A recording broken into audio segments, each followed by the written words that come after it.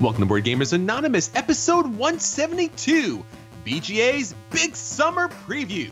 We'd like to thank all of our Patreon backers for helping us support the show. You rock!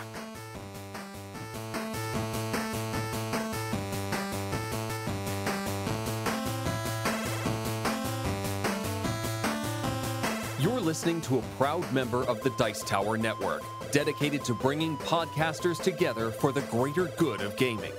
It's sort of like Voltron, but with better lip syncing. Find out more at dicetowernetwork.com. Welcome to Board Gamers Anonymous, the podcast of board gamers and the insane fun we have at the table together. This is Chris. And this is Anthony.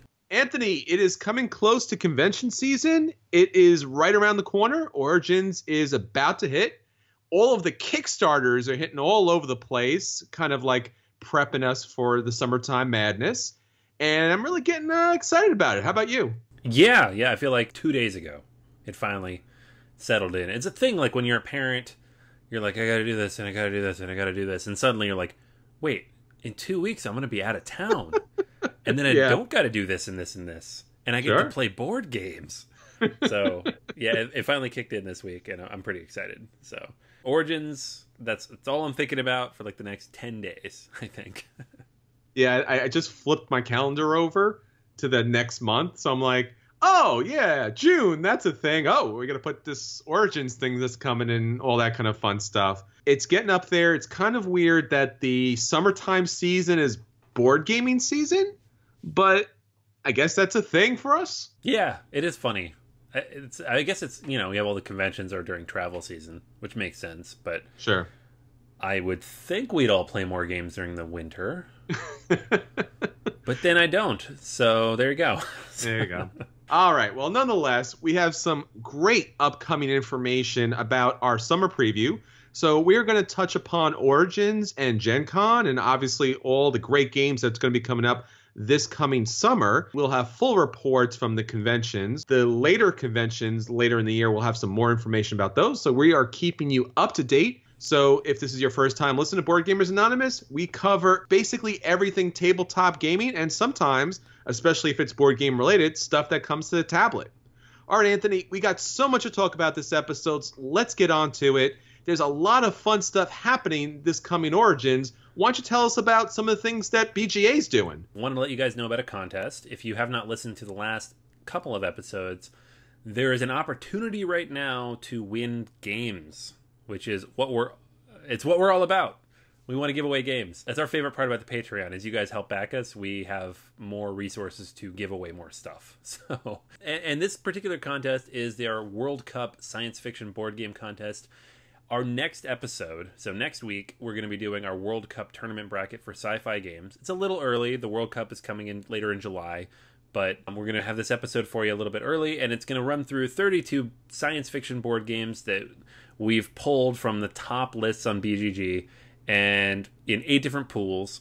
And to recognize that, we have a contest running on the website right now. It's been up for the last week or so. You have now until June 9th, June 10th, right before the next episode goes up, to enter that contest. And to do so, all you have to do is go to the website, find the link. It'll be in the show notes for this episode. And then for each of the 8 pools, pick 2 games, and then pick the one game you think is going to win all of it. You're going to get points based on correct picks. So you get 2 points for every pool pick you get right, 5 points if you get the overall game right. The guy or gal who gets the most points for their picks, I think the total possible is 37, is going to win a science fiction board game of their choice from a list of about 25 that we've put up on the site as well. So make sure you sign up and do that. It takes like 5 minutes to do, and it's a good chance to win a free game. And if you like science fiction, all the better. And we'll be running that for the next week or so. So do not miss out. Yeah, so Origins, again, is just a couple of weeks away. From when we're recording this, I think we have 2 weeks, slightly less than 2 weeks, maybe 13 days, until the Origins starts. And so the Thursday of Origins, which is the 14th, we're going to be doing a dinner meetup. You should check Facebook. We're going to have an event up on the Facebook page that you can sign up for. And we are going to meet up after the convention hall closes on Thursday. We're going to grab some dinner and hopefully get to meet a few listeners, have some fun, play some games, whatever it is. Just, that kind of decompression after the con. So if you are in Columbus, if you're at Origins, if you are free Thursday evening, please come out. We'd love to meet you and just hang out and grab some food and, just talk some games, answer any questions you guys might have, and just hang out. It'll be a lot of fun. That sounds great. All right, Anthony, let's get on to what our listeners are talking about. What's our question of the week? All right, so because we are reviewers and because people ask us this question all the time, I figured I'd throw it back at people, and I asked, how many plays do you give a game before making up your mind about it? I feel like I hear this from people all the time, whether online, in our reviews, on iTunes or whatever, or just from people I hang out with who know that we run a podcast and a website. They're always asking, like, oh, how many times do you play these games before you do these reviews? And for us, the answer, for at least for me, is always like, it depends on the game. But I thought it would be interesting to ask people, how often do you play a game before you decide whether you're A, going to buy it if you don't own it already, or B, going to keep it if you already paid for it, if you're like me and you just buy games on site. And the answers varied quite a bit. So we had like people like Mark, who said 1 play is usually enough to decide if I'm going to keep it or trade it. Xavier said 3 is his average. Guillerme mentioned it depends on the game. A simple one can be after 1 or 2 plays. The more complex ones, upwards of 5 or 10 plays.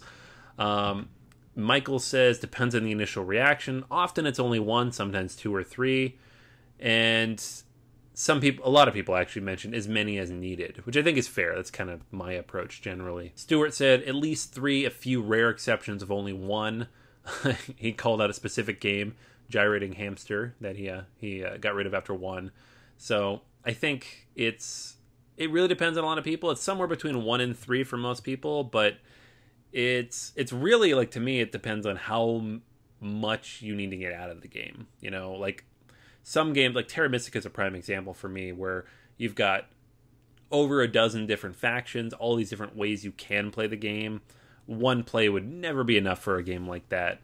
But, if you get up to 4 or 5 plays and you're still like, I don't know, I feel like at that point you could probably call it, right? Yeah, I think that's definitely the situation. It depends on the game. Yeah, for sure. I mean, and keep in mind, guys, too, like, we're talking in general. Like, for games we actually actively review or write things for or do videos or talk about here on the podcast, if we feel like we need to play the game half a dozen times, we will, because we want to make sure we get it right. We don't want to just come on and be like, this game sucks. And we played it like 3/4 of a time and went home and went to sleep. But it really depends a lot on the game. Sure. And how it's designed and how it's laid out and how easy it is to learn. A lot of the times I'll play a game and, like, I really don't feel like I have the rules down because the rule book maybe has some issues, which may be part of the review, but I still want to get the game right. So for people who do podcasts or videos, it's very different from people who are just deciding what to buy. But at the same time, kind of the same mindset of, I want to make sure I get it, but I don't want to overplay it if it's not very good. So I think we're in the same boat there. All right, Anthony. So that's our question of the week. Let's get on to some games that we have not played yet, but hope to play in the future many, many times. What's your acquisition of the store this week? All right, you're going to love it. Uh-oh. You're going to love it because it's more polyominoes. Oh, no. I've been waiting for this for like 5-6 months now, since they said there was a 3rd game in the puzzle trilogy from Uwe Rosenberg. Jeez. Yeah, like when they're... It's a trilogy so now. Garden, it's a trilogy. So Cottage Garden came out 2 years ago at Essen, and then Indian Summer came out last year. And I remember when Indian Summer came out, I was like, oh, another polyomino game. That's weird. He's done like 4 of these now, right?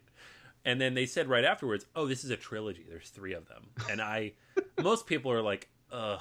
I'm like, really? And I just kind of got giddy about it. And I think we even talked about it a little bit. Yes. So this is the 3rd one. It's called Spring Meadow. And they say in terms of complexity, it sits in between these two. Cottage Garden is fairly simple. Indian Summer is a little bit more complex.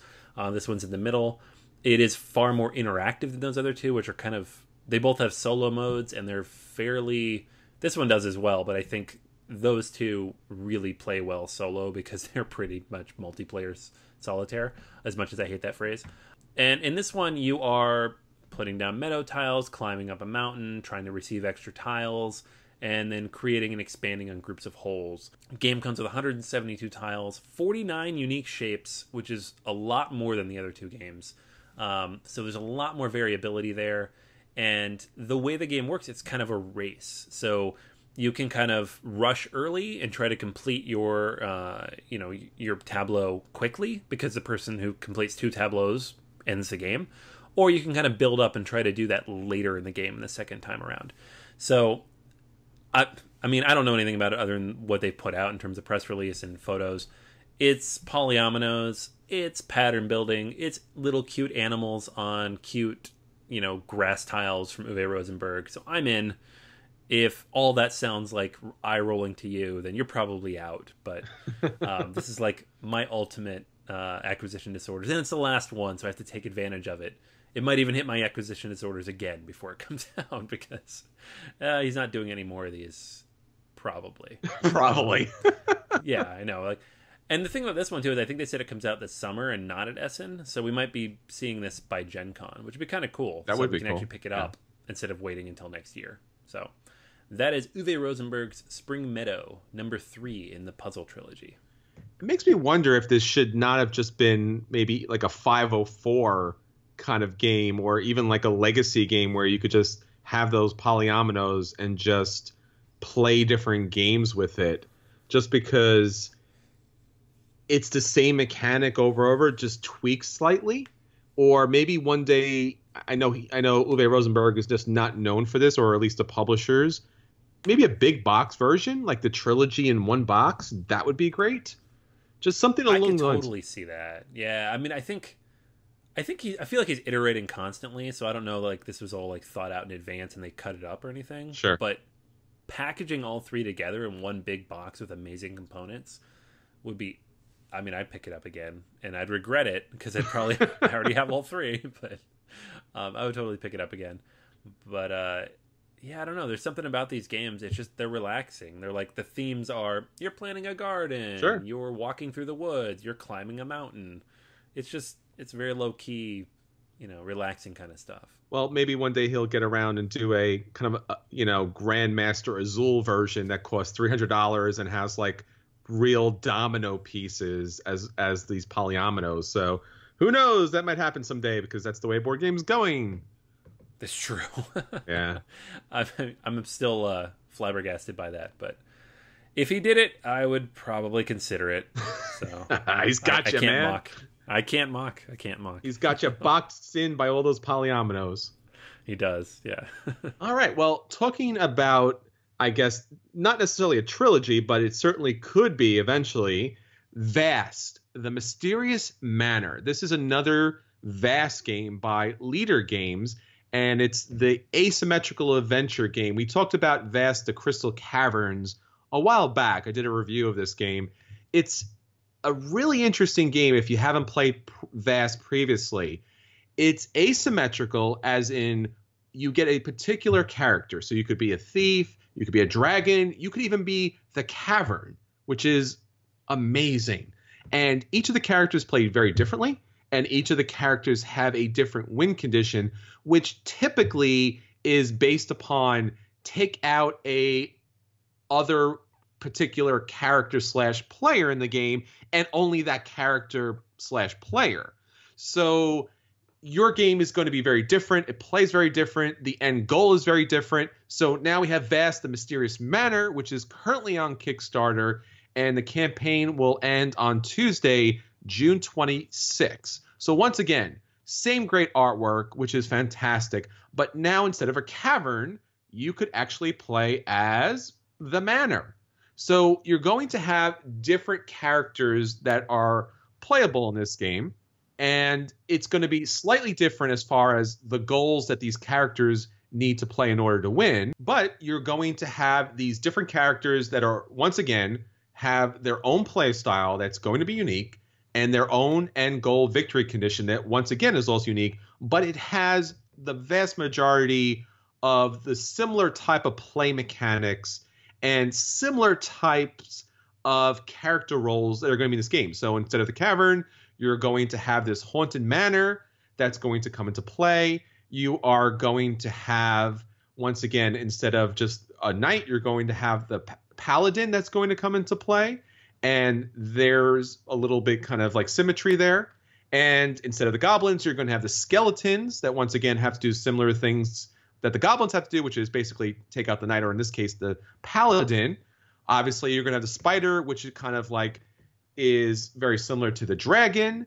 And in this case, the manor is in play, as I said earlier. Instead of the cavern, there's the enchanter, which is about kind of beguiling the other players. And enough similar elements that you can kind of sit down and tackle this game, because the previous game was a bit to bite off at the start, because you do have to teach each of the individual characters. So if you have played the previous game, you will know some of these mechanics. You will understand the gameplay here. Once again, great artwork. And in this case, great miniatures. So miniatures come into play here. So if you haven't played or you don't own Vast of Crystal Caverns and you like the idea of this asymmetrical gameplay with these different goals, but you didn't really like the standees so much, well, now you actually have miniatures that are available in this game. There's also the opportunity by backing this campaign to pick up the creepy corridors that's going to be free for backers as well. So that is Vast, the Mysterious Manor.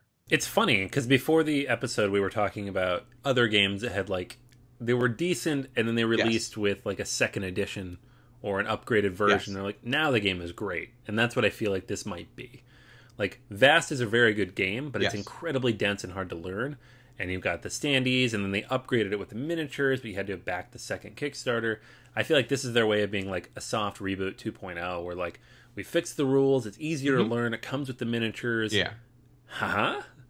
And that makes me pretty interested in it. Yeah, it's definitely something that, as you said, the system is slightly refined. The miniatures are in the base game, and since the first game was already out there, kind of in the ether, so to speak, this one should probably hit the table a lot more without the kind of like steep learning curve. All right, Anthony, that's everything for acquisition disorders. Now let's see what's hitting the table with BGA. So what games have you got to the table? All right, so I'm going to talk about Dragon Castle. This is a new release from Horrible Games originally, and the US release is from CMON. So it's the same group that published Potion Explosion, and then again brought it over to the US. This particular game, if you look at it, just looks like a Mahjong game. So if you ever played Mahjong, it has hundreds of tiles, and they have multiple different suits on them, and you are trying to make these pairs and pull apart this giant tableau that's been built before the game. Dragon Castle has a lot of similarities, but it also brings in a lot of the strategy elements of modern games that we know and love. So at the beginning of the game, you're going to set up the Dragon Castle. You're going to use all the tiles in the game. There's like 150 plus of them. And there are 6 different suits, each of which has multiple different faces. The 3 basic faction suits each have 6 on them, so they each have 1 through 6. Then there are the weather suits, which each have 4, 1 for each season, and then the final one, the dragon suit, which I believe also has 4. And so there's lots and lots of tiles out there. You put them all up, they're all face up, but some of them are stacked on top of each other. Then you guys take turns pulling the tiles off of the dragon castle, putting on your personal tableau. You're going to take one of 3 actions. Either you're going to take 2 tiles that are available, or you're going to take 1 tile and a shrine, or you're going to take 1 tile and discard it and take 1 point, which is really just kind of the, I don't have anything to do, but I don't want someone to have this tile action. The goal is to build out your own dragon castle on your personal board. So what you're doing is you're taking these tiles, you're positioning them, and you're trying to make connections of the same suit. They don't have to be the same number, this exact same face, but they have to be the same suit. So let's say you pick the sword suit, which is red, and you have 7 of them on your personal board. Once you finally connect them all, anytime there are more than 3 orthogonally adjacent to each other, you're going to score them. So you're going to very carefully place them so they're not orthogonally adjacent. But once they are orthogonally adjacent, so you place that one in the middle, for example, that connects all these different tiles, you're going to say, okay, hold on a second, let me score. You flip them all face down. You look at your personal scorecard. You see how many points you get. And then you take your points and you place a shrine on top of that. You get a shrine, 1 shrine always, for the faction suits, which is red, green, and yellow. And then if you have the weather suits, you get 2 shrines. If you get the dragon suit, you get 2 shrines and an extra point, because they're more rare.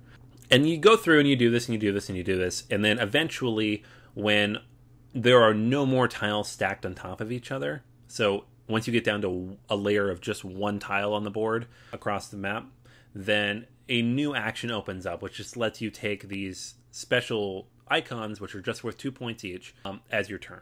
Once those run out, then the game end is triggered, and you have one more round for everybody. And then you will end the game and see who wins. At the end of the game, you're going to score extra points for those little extra tiles you got at the end. Plus, for every shrine you placed, you're going to get points based on how high it is. So if it's on a level 1, it's 1, 2 is 2, 3 is 3. And then there are sometimes endgame conditions. So the reason this game is so interesting and the reason I really enjoy it is that there are 2 decks of cards. One is a deck of animal spirits, one is a deck of dragons. The animal spirits give you an extra action you can take every turn. Things like get rid of an extra tile or mix different combinations on your personal board, like different ways to break the rules, and there's like 10 of them. And you're only going to have one per game, and it breaks the rules pretty solidly. So you have a lot of variety there. The other option is the dragon. The dragon is endgame scoring, so it's just going to change how the end of the game scoring works. Again, there's like 10 of them, and there's only one per game. So the game itself plays in less than an hour. It's very strategic. There's a lot to think about and work through. If you've ever played Mahjong, it's kind of similar in a lot of ways, but it is its own game for sure. And I really, really enjoyed it. Everybody I've played it with so far has really enjoyed it. It's relatively easy to teach. There's a couple little quirks in there in terms of like how you take tiles off the board and the rules for placing them. People who haven't played Mahjong before, you have to kind of figure out how this all works together and make sure all the tiles work and the suits work. It is colorblind friendly, which is very nice. Each of the suits is a specific icon, and then it's a number of those icons. So even though it is color-based, the actual patterns are all different, which is very nice. And overall, it's very beautiful with these pretty cool like bakelite style tiles, similar to what you see in like Azul or the Kickstarter extras for Rising Sun.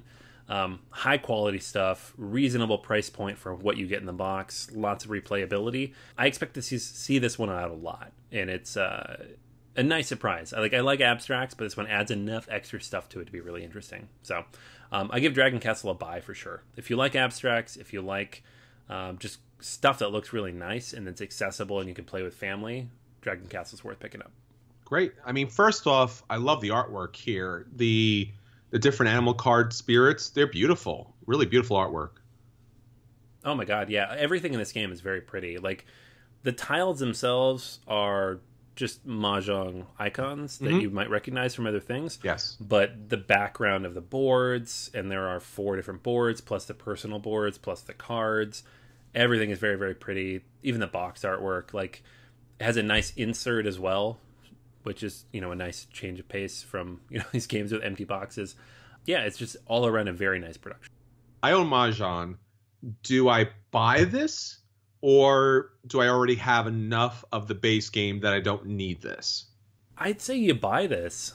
It comes with enough extra stuff. It comes with exactly as many tiles as you need, again, for whatever player count you have and whatever, you know, layout you have. You're going to use every single tile in the game. Has all those extra cards, which I think it recommends you don't use them at first, but I've used them with new players every single time because they really make the game. Sure. And then your own personal boards are an important part of it. Plus the shrines, which are an important scoring element, but also a strategic element. You have to think about like how many tiles you're going to build into, you know, a scoring unit when you do that. It is very much like taking an old mechanic and turning it into a new modern board game, which is very impressive. So if someone's already played Mahjong, does that kind of lend itself to this game? Like they would be able to pick it up a lot quicker, or is it just very, very different and they would have to kind of be taught the game? I don't know. It's a funny thing. It's kind of like if you've ever played like a second edition of a game where you're like, I know the rules, I'll figure it out as I go. And you're like, no, you really need to read the whole rule book again to see where the differences are. Sure. It's kind of like that, because the couple people who I've played with who do know Mahjong, they got a little confused in certain points, because it's the same idea. Okay. It's the same layout. It's the same suits. But what you're doing with those and how you're building out your own personal tableau is different. And how you're scoring points is different. So it's good to kind of start from scratch when you're teaching people. Okay. All right. Well, talking about a game that takes a little time to set up and break down, is a game that came out, I think, not too long ago, maybe about 2 years back, and recently had a upgraded kind of Kickstarter. This is Argent the Consortium. Now, this is kind of a really interesting worker placement game that is kind of like if Harry Potter existed, but at a university level. So it's a magical university, and the chancellor is stepping down. And one of the characters in this game, there's professors, there's student leaders, all these different magical creatures are kind of vying for the chancellor's position. Now, at the start, you're going to kind of just gawk at this beautiful artwork that Level 99 has put out here. It's a very manga-styled artwork. It's throughout the entire game. Really extremely well done. A very different look to a worker placement game.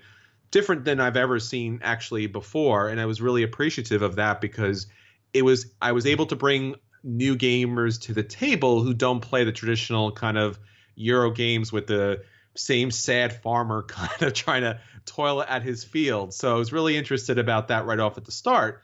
But this game really offers something different as far as when you're going to sit down to play a worker placement game. Typically, it's about taking one resource and exchanging for the other.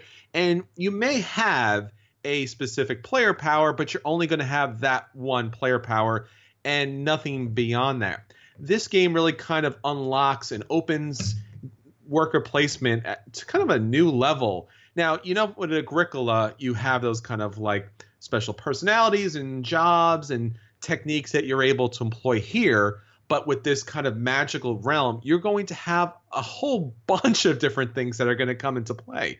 So at the start of the game, you are going to have a special character, beautiful big player boards. It's going to give you some information about that player. And you are also going to be given a separate player card that's going to have a special ability that you and you alone are going to get. Typically, it's about moving mages, taking out mages, because they're going to kind of block up certain spots on the game board that you're going to need to take. And depending on the player count, those spots are going to be pretty limited. Once again, great artwork. Those player boards are going to have space for your students that are going to help you. Those are going to be your worker placement elements. But basically, the game comes down to securing enough votes for 2 of these open people who are going to be voting, and then the 10 others that are going to be closed that you won't know unless you place a mark on that card and then secretly look and see what the special condition is that that person will vote for you. And typically, it's most of something. So most marks in the game, most mana in the game, most gold in the game. It's going to typically be the most of something in the game.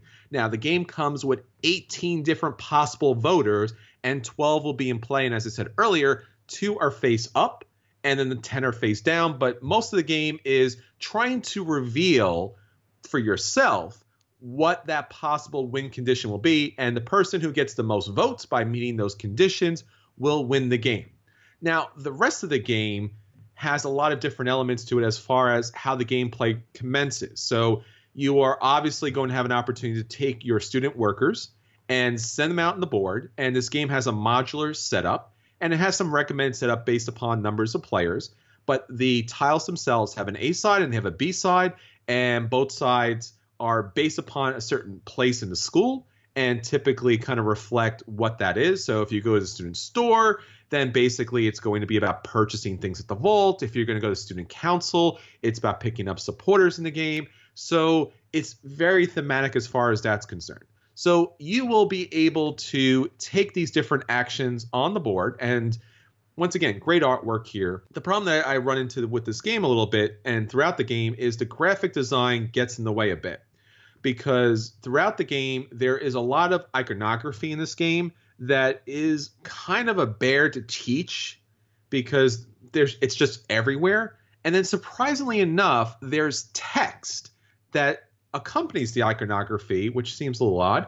And then you also have a player guide, which is a very large sheet of paper, which once again is another kind of redundant kind of way to kind of help you with the game.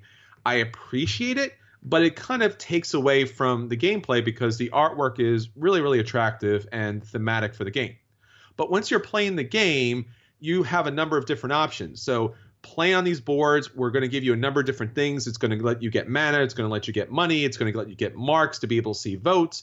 It's going to be able to let you research so that you'll be able to pick up spell cards. And spell cards are awesome because it lets you cast spells in the game. So you'll pick a spell card. You'll place it as part of your tableau. But now you also need to be able to learn that spell. So there's these book tokens, and then mastery spells. There's these scroll tokens. And by placing these tokens on the different spells, you kind of upgrade your spells and make them available for play later. And then just like all good magic spells, you have to tap them once they're used. But they're going to give you a special ability. And typically, they're going to cost a certain level of mana, which is really great about this game because it has these really nice plastic pieces that are the mana in the game that you will expend in order to use your special abilities.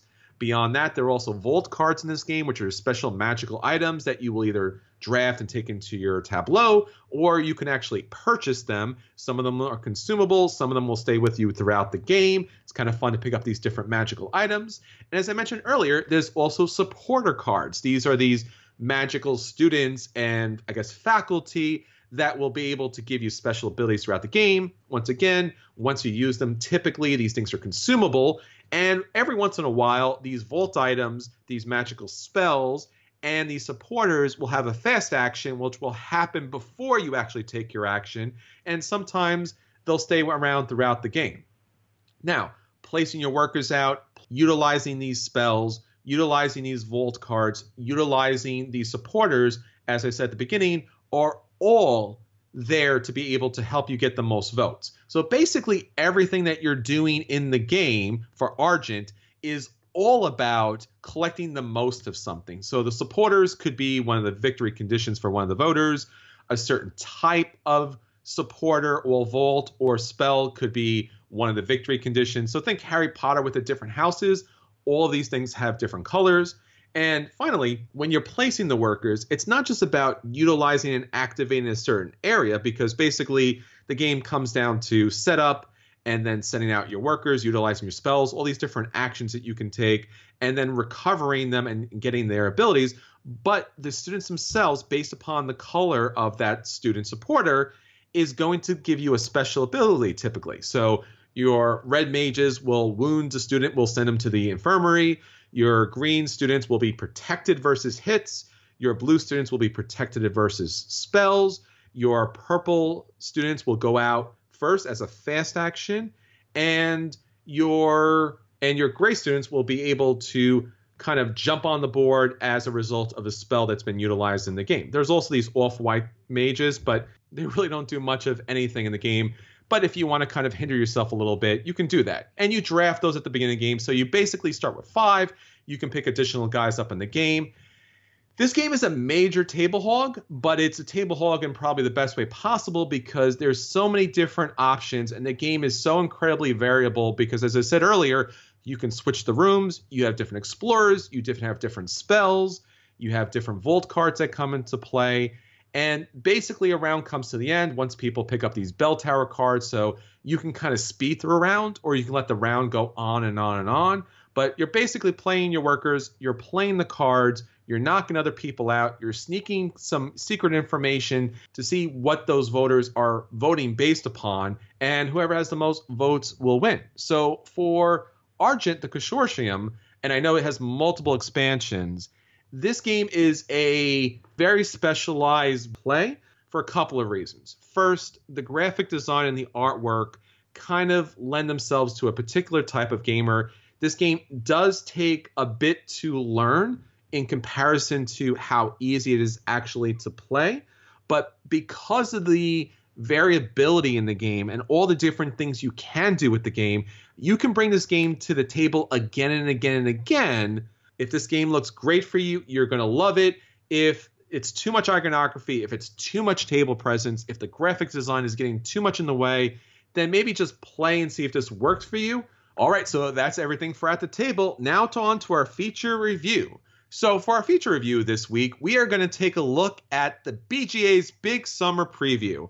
Now, typically, Anthony does a great job of taking us through the hotness list on BGG, but we wanted to give you a heads up on what's going to be popping up all summer at the different conventions so you can keep your eyes open, take a look at Kickstarter, pre-order these great games and, what's going to be coming up.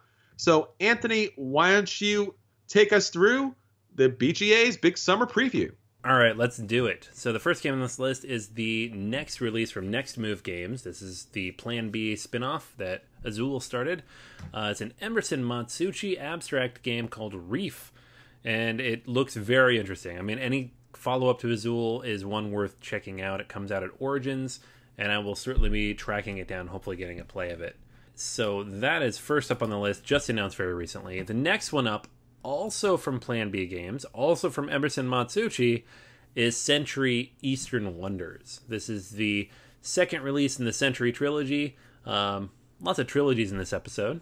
And this one is, again, another kind of light to medium gateway style of game. This time we're talking about grid movement and modular board, more of a pick up and deliver than Century Spice Road was, but kind of the same weight. It's not super heavy. It's more accessible to everybody, and I'm very interested to see how this one plays out as well, and to see if they do another Golem edition. So we'll see if they do that as well this time.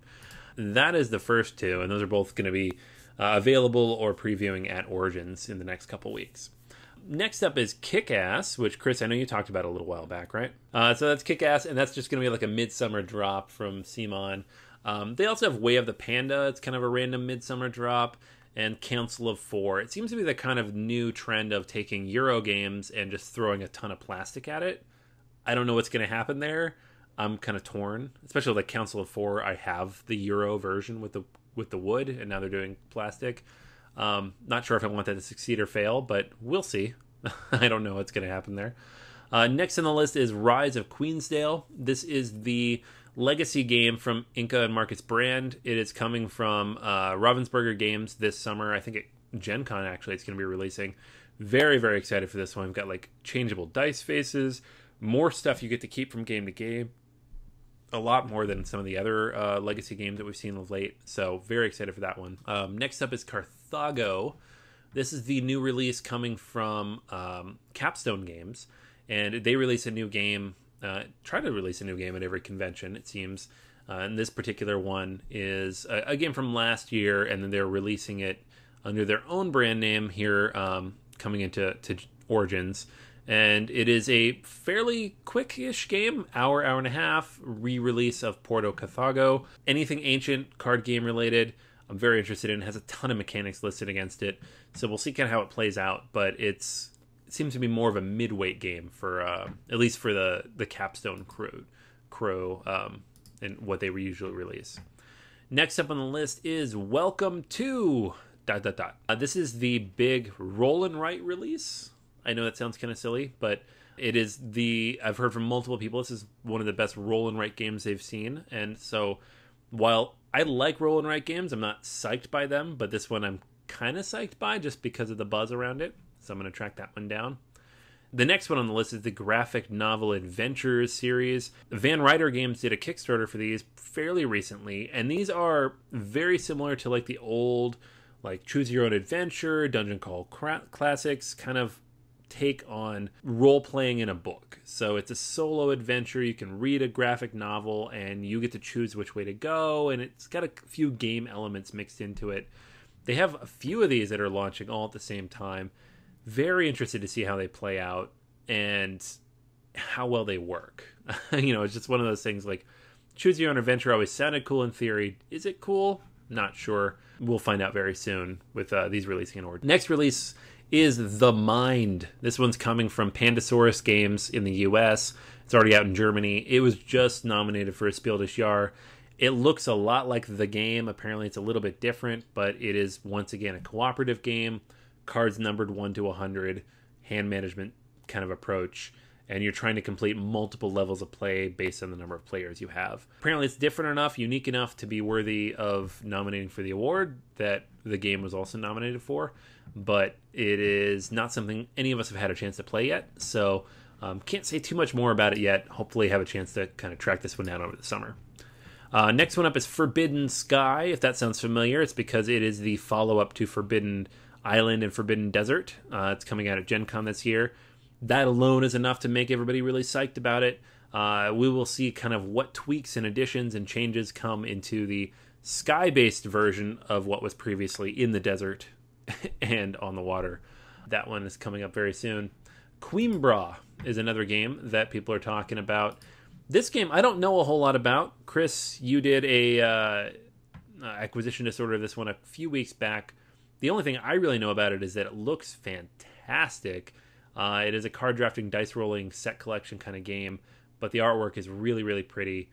Kind of following this new trend of like Euro games actually having decent artwork and aesthetics to drag people in. So I'm a fan of that all the way around. Next one up is Founders of Gloomhaven. This was a Kickstarter. It is shipping to backers this summer. It is a Euro take on the realm of Gloomhaven, going back a few hundred years before the actual events of Gloomhaven. And it should be releasing hopefully in July or August. And then I don't know if it'll be at conventions or not, how many has shipping in, but I will personally have a copy sometime this summer and look forward to playing it and sharing it with you guys.